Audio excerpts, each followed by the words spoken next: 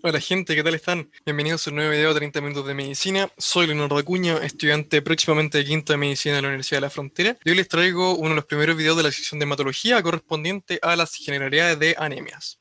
Este es nuestro trabajo de ruta para el día de hoy. Veremos en primera instancia el perfil en una com.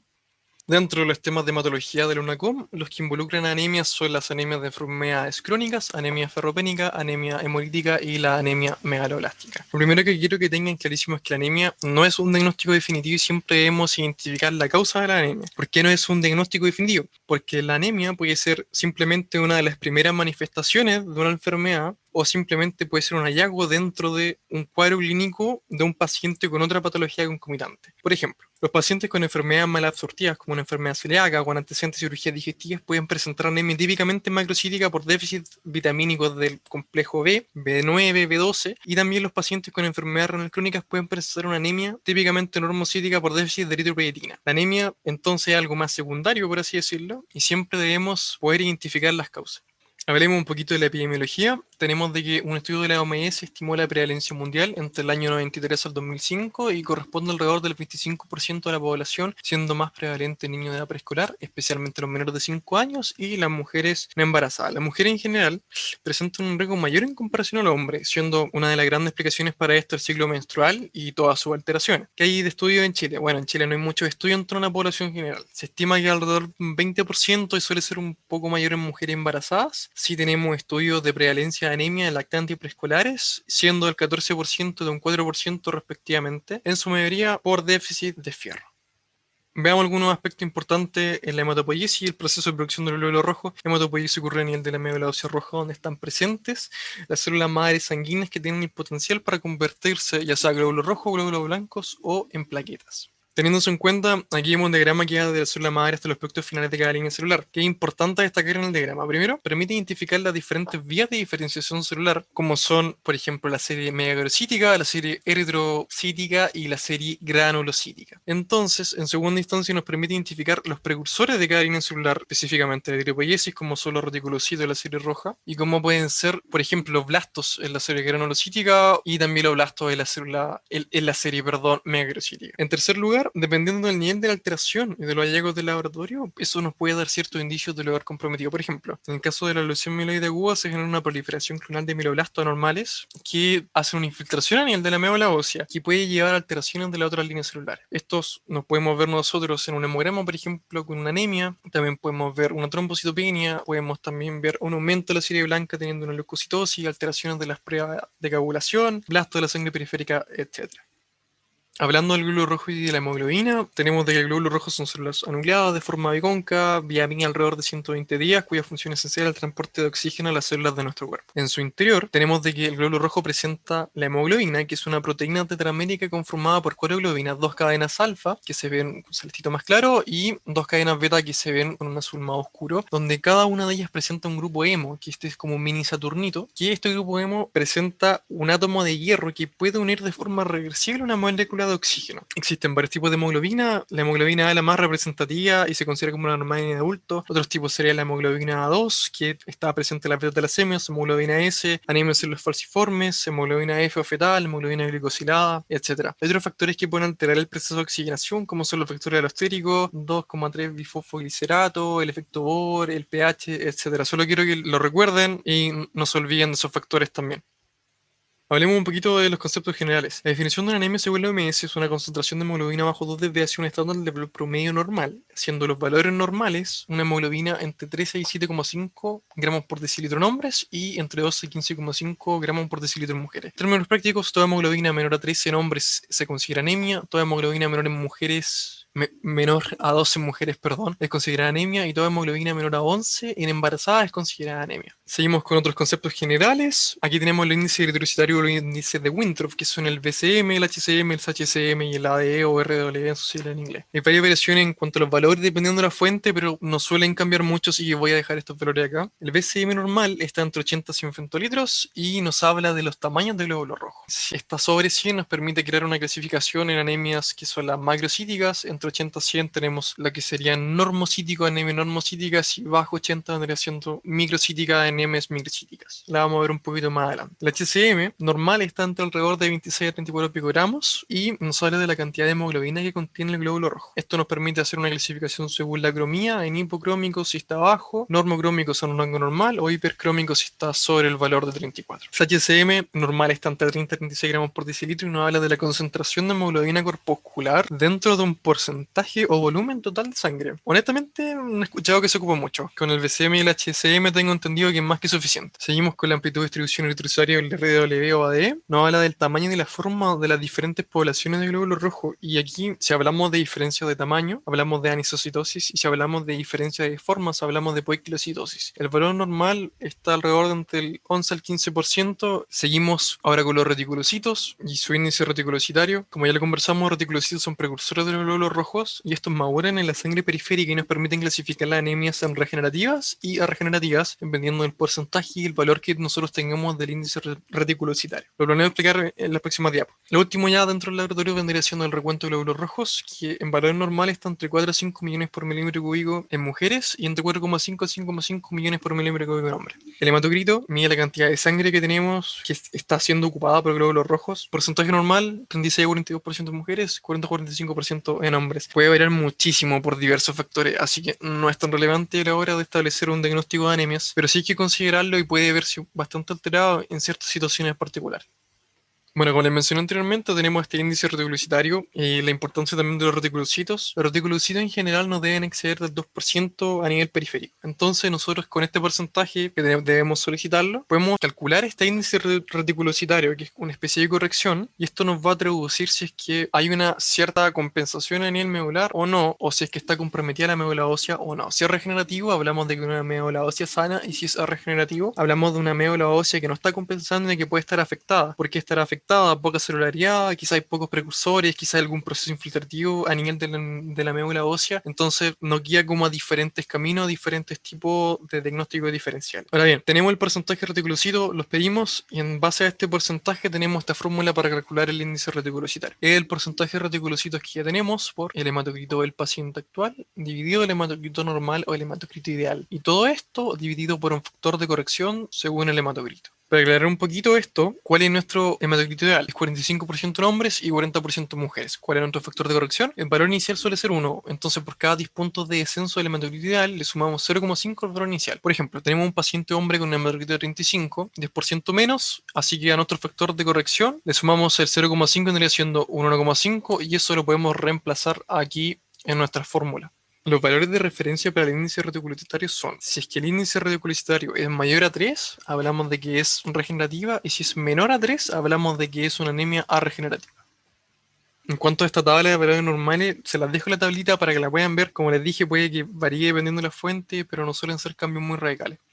Ahora, dentro de las clasificaciones de las anemias, tenemos de que las anemias se pueden clasificar de diversas formas, y una de las clasificaciones va a ser según gravedad. Según gravedad tenemos de que la anemia que se considera como grado leve está entre 10 a 13 gramos por decilitro, moderada entre 8 a 9,9 o grado 2, grave entre 6 a 7,9 o grado 3, y severa o de riesgo vital que vendría siendo grado 4 o menor a 6. La importancia de esta graduación es de que nos va a indicar el nivel de urgencia para nosotros iniciar tratamiento y la gravedad de los síntomas que puede presentar nuestro respectivo paciente. En la mayoría de los casos, la clínica de la anemia no suele apreciarse hasta que la anemia tiene un grado moderado, severo de riesgo vital. Generalmente moderado en adelante se puede apreciar. Hay algunos casos que suelen ser casos de gravedad aguda o casos como que pueden debutar anemias con hemoglobina muy bajas, tipo 7, 6, 4 gramos por decilitro. Esos son algunos casos debut de anemia hemolíticas con hemólisis grave y requieren tratamiento de urgencia. Una cosita que quiero que recuerden es que nuevamente estos valores no son arbitrarios, de que van a variar dependiendo de la persona, si la persona es hombre o mujer, si es que hay una mujer está con embarazo o no está en embarazo, entonces los valores pueden variar.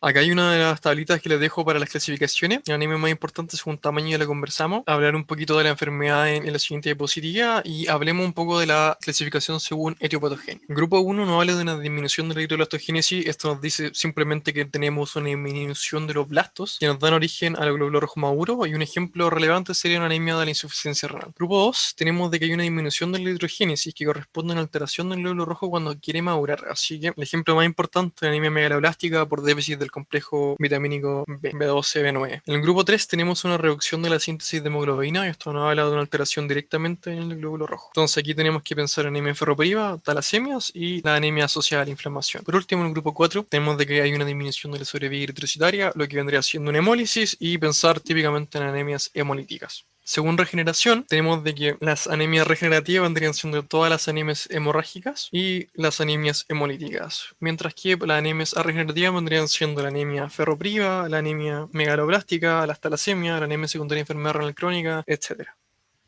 Ahora con la clasificación según tamaño, hablemos un poquito más en detalle. Las anemias microcíticas tenemos de que típicamente la más frecuente, lejos, es la anemia carencial o ferropénica o ferropriva, falta de hierro. Después tenemos las talasemias y la anemia sideroblástica. Dentro de la anemia normocíticas tenemos de que el BCM está en rango normal, y típicamente la anemia hemolítica normocítica, anemia hemorrágica, anemia infecciosa, secundaria enfermedades crónicas y la anemia secundaria a procesos de infiltración medular. Quiero destacar, y quiero que lo tengan muy claro, de que la etiología suele ser multifactorial. Siempre hay que tenerlo en cuenta. Finalmente tenemos la anemia macrocítica. Aquí tenemos de que hay un BCM sobre 100 femtolitros, glóbulos rojos más grandes, y lejos la patología más frecuente son la anemia megaloblástica. Otras causas pueden ser hepatopatías, puede haber una anemia macrocítica secundaria a hipotiroidismo o secundaria a alguna enfermedad congénita. Una causa que no está acá, que es importante que se la mencione, es el alcohol. El alcohol siempre hay que tenerlo en cuenta porque es un tóxico que actúa directamente en los procesos de síntesis del DNA a nivel de la médula ósea, y esto a posteriori va a terminar afectando el tamaño del glóbulo rojo. Otra causa también que no está de la lista, que es bastante importante que la tengan en cuenta, es de que puede haber un síndrome mielodisplásico, que es una enfermedad relativamente prevalente en adulto mayor, puede cursar con una anemia macrocítica, con un BCM entre 100 a 110 femtolitros. Si es que existe realmente la sospecha de una mielodisplasia, siempre hay que tener en mente que un estado premaligno y preleucémico, así que el diagnóstico precoz en esa situación es tremendamente fundamental. Otras causas de anemia macrocítica pueden ser los fármacos también. Son los fármacos que causan alteración en la síntesis de la vitamina B12 del ácido fólico. Hay un ejemplo importante, es el metotrexato, que suele ocuparse bastante también entender en reumatología los pacientes con artritis reumatoide, y también tengo entendido que es una alternativa para el embarazo ectópico. Así que ese es uno de los fármacos. Otros podría ser la cetoprina y uno antirretrovirales, según lo que tengo entendido. Llegamos a la anamnesis y bueno, qué importante rescatar en la anamnesis. Tenemos muchas cosas que se pueden preguntar. El examen físico constituye una parte fundamental del estudio del paciente con sospecha de anemia, además de la anamnesis, y nos ayuda a recabar una cantidad de información importante. Así que hay que indagar en las comorbilidades que pueden ser diabetes, hipertensión arterial, cardiopatía coronaria, hipotiroidismo, enfermedad del mesénquima. También es importante tener en mente la edad del paciente. A mayor edad tenemos más prevalencia tanto de anemia, como vimos anteriormente, como otras enfermedades, especialmente quizás enfermedades malignas, y con esto tenemos que tener en mente el tiempo de evolución. Agudo versus crónico. Agudo quizás puede ser una hemolisis aguda, puede ser quizás una hemorragia. Si es crónico podemos pensar en otras patologías. Síntomas B, baja de peso, más del 10% en 6 meses, sudoración nocturna, diosforesis y fiebre, no sé, pensar en algo neoplásico, antecedentes familiares, quizás hemoglobinopatías, donación de sangre, raro, pero puede haber casos de reacciones hemolíticas transfusionales. De los fármacos, metotrexato como se lo mencioné, dieta y patología digestiva, podemos pensar en síndrome mal absortivo, enfermedad celíaca quizás. Otra causa rara podría ser una hemólisis por un déficit enzimático alcomerada, tarea para la casa, buscar cuál es la enzima afectada. El embarazo, por ejemplo, tenemos que buscar deficiencias de ácido fólico, deficiencias de hierro. Otro caso podrían ser las infecciones agudas crónicas, osteomielitis, endocarditis, la malaria, por ejemplo. Quizá alguna cirugía digestiva, quizá el debut de un paciente con una coli aguda que sea en relación a anemia hemolítica, etcétera. Muchas cosas que preguntar, tratar de sacar la mejor información posible y orientarnos con nuestros diagnósticos diferenciales. Síndrome anémico. Bueno, aquí, ¿qué denominamos nosotros como síndrome anémico? Síndrome anémico se denomina a todos los signos y síntomas secundarios que son causados por anemia. Y los más característicos son estos, que son la palidez de piel y mucosas, astenia, adinamia, palpitaciones y la disnea de esfuerzo. Pueden haber otros síntomas, como están acá enmarcados, un ataque cardíaco, un soplo, insuficiencia cardíaca, cefalea, vértigo, edema, etc. Lo más importante, lo que quiero que recuerden, es de que el síndrome anémico, sus signos y síntomas son secundarios a la hipoxia tisular. Y eso es causado por una alteración, ya sea de la cantidad y o cualidad de la hemoglobina o de la cantidad o cualidad de los glóbulos rojos. Entonces, esto va a depender también del grado de anemia con el que debute el paciente, si leve, moderado o severo, de la velocidad de instalación del cuadro, si un cuadro agudo versus crónico, y también, tremendamente importante, la reserva cardiovascular y respiratoria que tenga nuestro paciente. Ahora bien, ante la sospecha de anemia, después de haber hecho una buena anamnesis, un buen examen físico, tenemos información, pero nosotros, ¿cómo podemos hacer nuestro estudio inicial de una anemia? El estudio inicial lo conforman el hemograma con frotis, los reticulocitos y los índices de Winthrop, que vienen dentro del hemograma automatizado. Siempre hay que pedir hemograma con frotis, y esto es tremendamente importante porque lo soliciten, porque puede aclarar tremendamente rápido los diagnósticos diferenciales que tengamos. Los reticulocitos y el índice, como lo vimos anteriormente, nos permite establecer cierta indemnidad o compromiso de la médula ósea, y los índices de encuentro tremendamente útiles para establecer clasificaciones según tamaño, y eso nos orienta según la anamnesis y según los datos que obtuvimos previamente. Esto es literalmente lo básico que hay que pedirle a todo paciente con anemia para poder realizar nuestro estudio inicial y posteriormente guiar nuestro estudio posterior. Así que, ¿qué hay de exámenes adicionales? Bueno, los exámenes adicionales pueden solicitarse según la necesidad y sospechas que tengamos en cada paciente, y puede haber, por ejemplo, una biopsia aspirada a médula ósea, quizás exámenes de función renal, un perfil hepático, parámetro inflamatorio, PCR, por ejemplo, bioquímico, electrolitos plasmáticos, etcétera. Todo tiene que tener su justificación, tiene que estar dentro de los diagnósticos diferenciales y tiene que ser una ayuda ante la sospecha y ante nuestro estudio posterior que queramos hacer. ¿Qué podemos encontrar en el frotis? Bueno, aquí les tengo esta tabla bastante grande. Tiene mucho hallazgo en el frotis de sangre periférica, los dejo para que lo vean con calma, tiene su respectiva interpretación. Yo ahora planeo mostrarles algunas de las formas más importantes. Una de estas formas más importantes son los equistocitos. Bueno, los equistocitos también son glóbulos rojos fragmentados, también llamados engorro napoleónico, o también escuché que lo llamaban galleta de cookie masticada. Siempre tener en mente que su presencia indica hemolisis intravascular. Puede verse generalmente enfermedades graves o malignas, como puede ser el CID, coagulación intravascular diseminada, o un shock séptico, una PTT, por ejemplo, puede ser una especie de manifestación paraneoplásica. Otro hallazgo pueden ser los esferocitos, que son glóbulos rojos más pequeños, como pueden ver, que han perdido una relación entre el volumen y superficie y pierden esta palidez central que presentan los glóbulos rojos normales. ¿Qué enfermedades pueden presentarse con esferocitos en el frotis? Bueno, la anemia hemolítica es tremendamente característico, específicamente la autoinmunes por autoanticuerpos calientes. Aquí tenemos el punteo basófilo, que son pequeños restos nucleares en el glóbulo rojo, que se pueden ver, son glóbulos rojos inmaduros y salen hacia la sangre periférica. Se pueden ver en casos de displasias y en cierta anemia hemolítica. Aquí tenemos los cuerpos de Heinz, que son pequeñas inclusiones redondeadas y retráctiles que se encuentran usualmente en la periferia del glóbulo rojo. Están formados por una globina desnaturalizada. Entonces se produce cuando la hemoglobina es destruida. Se pueden ver en cierta anemia hemolítica, específicamente las que son relacionadas con déficit enzimático. Otro hallazgo podrían ser los alocitos, que son glóbulos rojos más grandes en comparación al tamaño normal. Presentan también esta pérdida de la palidez central en comparación con los glóbulos rojos normales. Son bastante característicos de la anemia megaloblástica, así que tenerlo en mente si es que está hasta allá con el frotis. También podemos encontrar a las target cells o células indianas, que son glóbulos rojos que tienen una alteración estructural y genética a nivel del glóbulo rojo. Entonces tenemos una palidez central, pero a la vez tenemos un punto más oscuro en el centro. Esto pasa porque se pierde la concavidad del glóbulo rojo por la formación anormal de la hemoglobina, independiente de la cadena que sea, y esto es bastante característico de las talasemias. Los cuerpos de Howell-Jolly también pueden ser un hallazgo en el frotis y son inclusiones citoplasmáticas de un glóbulo rojo maduro y pueden estar presentes en lo que son la anemia megaloblástica y en la displasia. Pero, algo tremendamente importante es que puede ser un hallazgo normal en casos especiales, como son los pacientes esplenectomizados. ¿Por qué? Porque la destrucción de los glóbulos rojos viejos se realiza en gran parte en el del vaso. Entonces, los pacientes esplenectomizados, los cuerpos de Howell-Jolly, tienden a ser hallazgos normales, así que tenerlo en mente y tenerlo en cuenta. Finalmente tenemos el Rolox, la verdad no sé cómo pronunciarlo, no me maten por ello. También es conocido como los eritrocitos en pila de monedas, como pueden ver aquí. En realidad consiste en la apilación de estos glóbulos rojos uno sobre otro, y la enfermedad más característica que lo pueden presentar son el mieloma múltiple y la macroglobulinemia de Waldenström. Acá les tengo un resumen un poco más en 3D de las formas para que lo vean con más calma.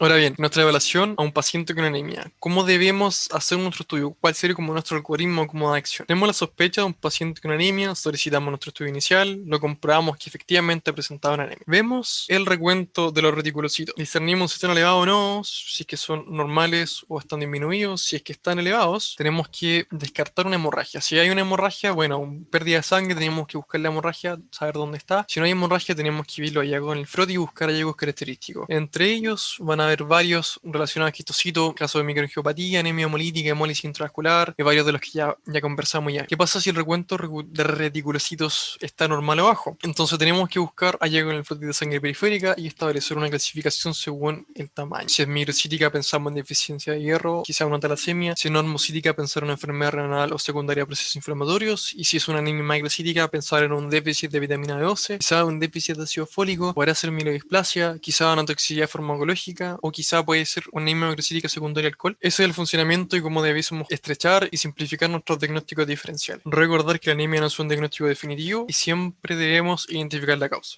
Y con todo lo anterior, espero que estén preparados para hacer un casito clínico. Pausen el video si lo consideran necesario para ver la info con calma y la alternativa. Luego de mencionar la alternativa, voy a contar hasta 3 y les daré la respuesta.